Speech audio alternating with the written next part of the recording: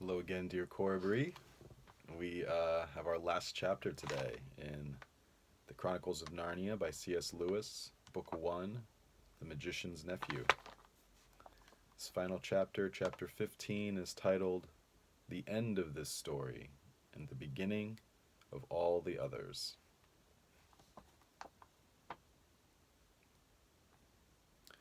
You need no rings when I am with you, said the voice of Azlan.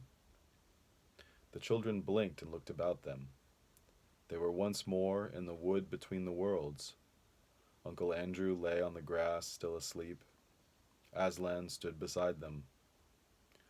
Come, said Azlan. It is time that you went back. But there are two things to see to first, a warning and a command. Look here, children. They looked and saw a little hollow in the grass, with a grassy bottom, warm and dry. When you were last here, said Azlan, that hollow was a pool, and when you jumped into it, you came to the world where a dying sun shone over the ruins of Charn. There is no pool now. That world is ended, as if it had never been. Let the race of Adam and Eve take warning. Yes, Azlan, said both the children. But Polly added, But we're not quite as bad as that world, are we, Azlan? Not yet, daughter of Eve, he said, not yet. But you are growing more like it. It is not certain that some wicked one of your race will not find out a secret as evil as the deplorable word, and use it to destroy all living things. And soon, very soon, before you are an old man and an old woman, great nations in your world will be ruled by tyrants who care no more for joy and justice and mercy than the Empress Jadis. Let your world beware. That is the warning. Now for the command. As soon as you can, take from this uncle of yours his magic rings and bury them so that no one can use them again. Both the children were looking up into the lion's face as he spoke these words, and all at once, they never knew exactly how it happened, the face seemed to be a sea of tossing gold in which they were floating, and such a sweetness and power rolled about them and over them and entered them that they felt that they had never really been happy or wise or good or even alive and awake before. And the memory of that moment stayed with them always, so that as long as they both lived, if ever they were sad or afraid or angry, the thought of all that golden goodness and the feeling that it was still there, quite close, just round some corner or just behind some door, would come back and make them sure, deep down inside, that all was well. Next minute, all three of them, Uncle Andrew, now awake, came tumbling into the noise, heat, and hot smells of London. They were on the pavement outside the Ketterleys' front door, and except that the witch, the horse, and the cabby were gone, everything was exactly as they had left it. There was the lamp-post, with one arm missing. There was the wreck of the hansom cab, and there was the crowd. Everyone was still talking, and people were kneeling beside the damaged policeman, saying things like, "He's coming round," or "How do you feel now, old chap?" or "The ambulance will be here in a jiffy." Great Scott, thought Diggory. I believe the whole adventure's taken no time at all. Most people were wildly looking round for Jadis and the horse. No one took any notice of the children, for no one had seen them go or noticed them coming back. As for Uncle Andrew, what between the state of his clothes and the honey on his face, he could not have been recognized by anyone. Fortunately, the front door of the house was open, and the housemaid was standing in the doorway, staring at the fun. What a day that girl was having. So the children had no difficulty in bustling Uncle Andrew indoors before anyone asked any questions. He raced up the stairs before them, and at first They were very afraid he was heading for his attic and meant to hide his remaining magic rings, but they needn't have bothered. What he was thinking about was the bottle in his wardrobe, and he disappeared at once into his bedroom and locked the door. When he came out again, which was not for a long time, he was in his dressing gown and made straight for the bathroom. "Can you get the other rings, Paul?" said Diggory. "I want to go to Mother." "Right, see you later," said Polly, and clattered up the attic stairs.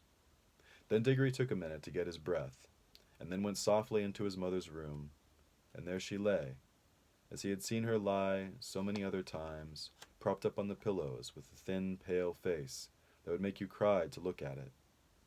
Diggory took the apple of life out of his pocket, and just as the witch Jadis had looked different when you saw her in our world instead of in her own, so the fruit of that mountain garden looked different too.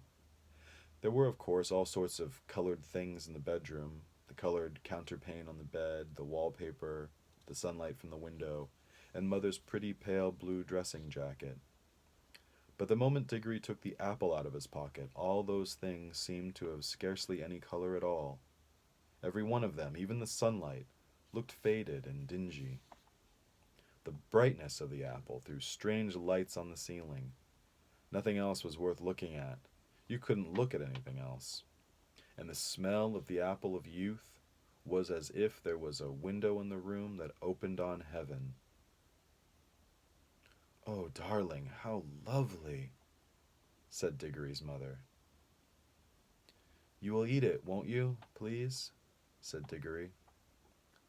"I don't know what the doctor would say," she answered, "but really I almost feel as if I could."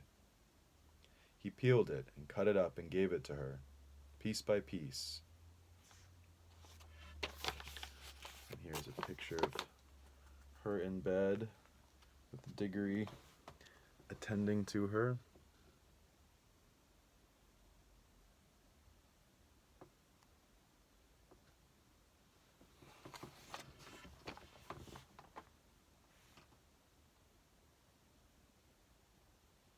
He gave it to her piece by piece, and no sooner had she finished it than she smiled and her head sank back on the pillow, and she was asleep. A real, natural, gentle sleep, without any of those nasty drugs, which was, as Diggory knew, the thing in the whole world that she wanted most. And he was sure now that her face looked a little different.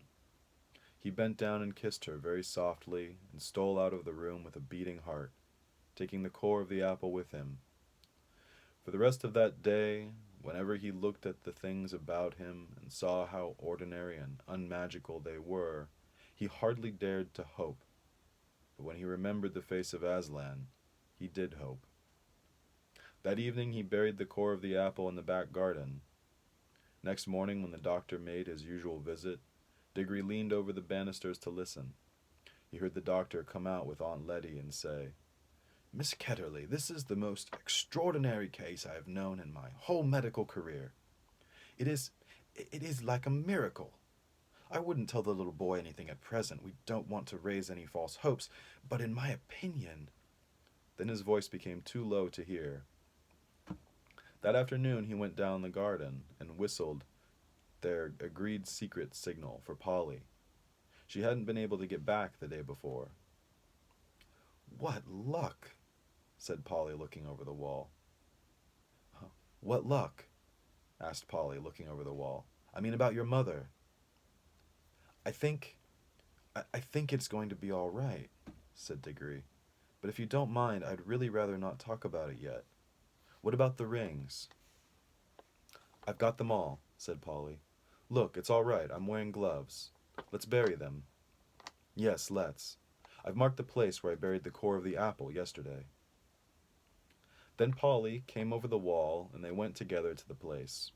But as it turned out, Diggory need not have marked the place. Something was already coming up. It was not growing so that you could see it grow, as the new trees had done in Narnia, but it was already well above ground.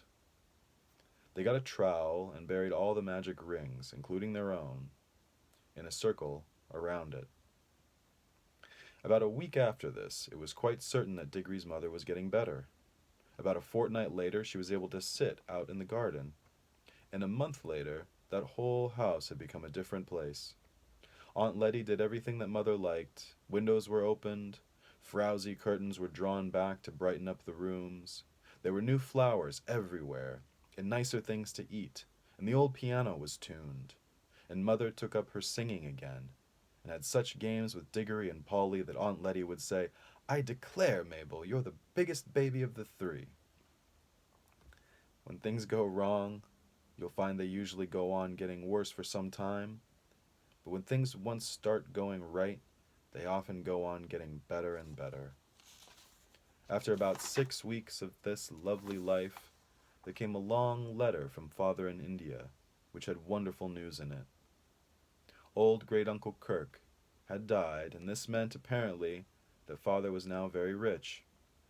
He was going to retire and come home from India for ever and ever, and the great big house in the country, which Diggory had heard of all his life and never seen, would now be their home.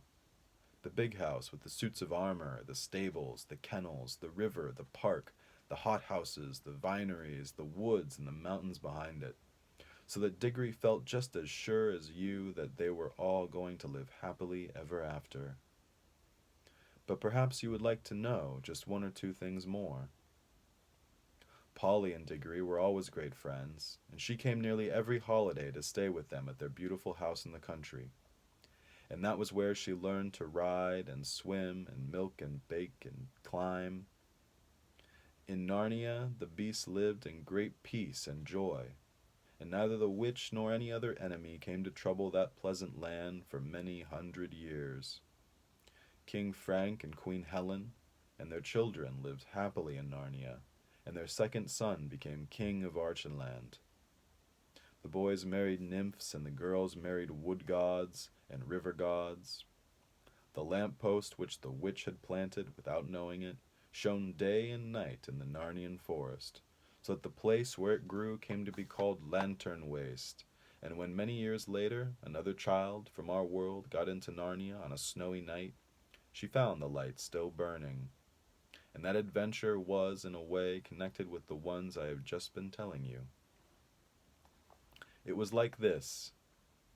The tree which sprang from the apple that Diggory planted in the back garden lived and grew into a fine tree, growing in the soil of our world, far out of the sound of Aslan's voice, and far from the young air of Narnia. It did not bear apples that would revive a dying woman as Diggory's mother had been revived, though it did bear apples more beautiful than any others in England, and they were extremely good for you, though not fully magical.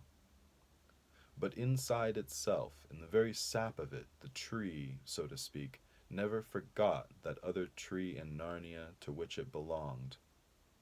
Sometimes it would move mysteriously when there was no wind blowing.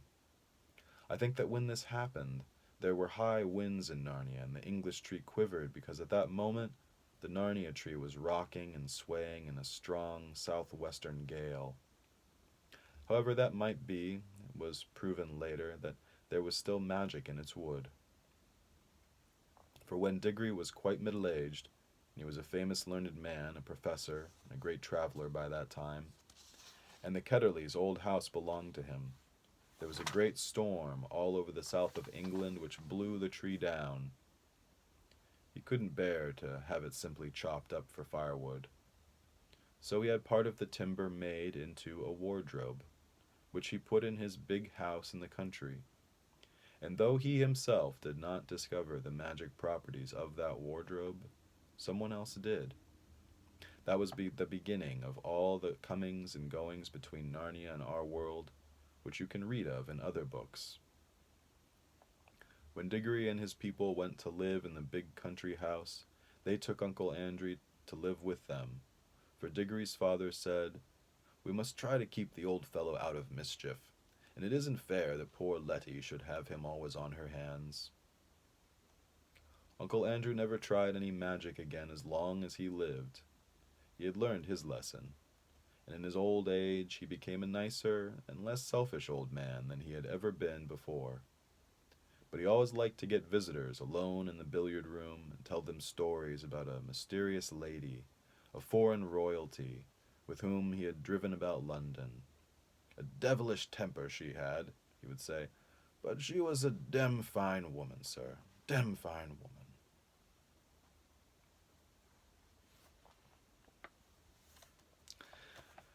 And thus concludes Book 1 in C.S. Lewis's The Chronicles of Narnia.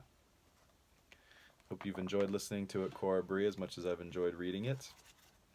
And soon we can begin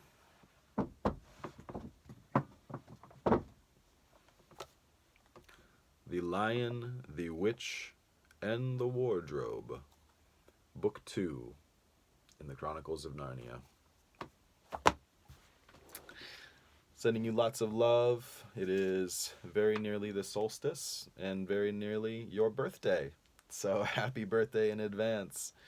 I hope it's a very fun day. And yes, sending you much love and a box of goodies to see you soon. Love to you and talk with you soon.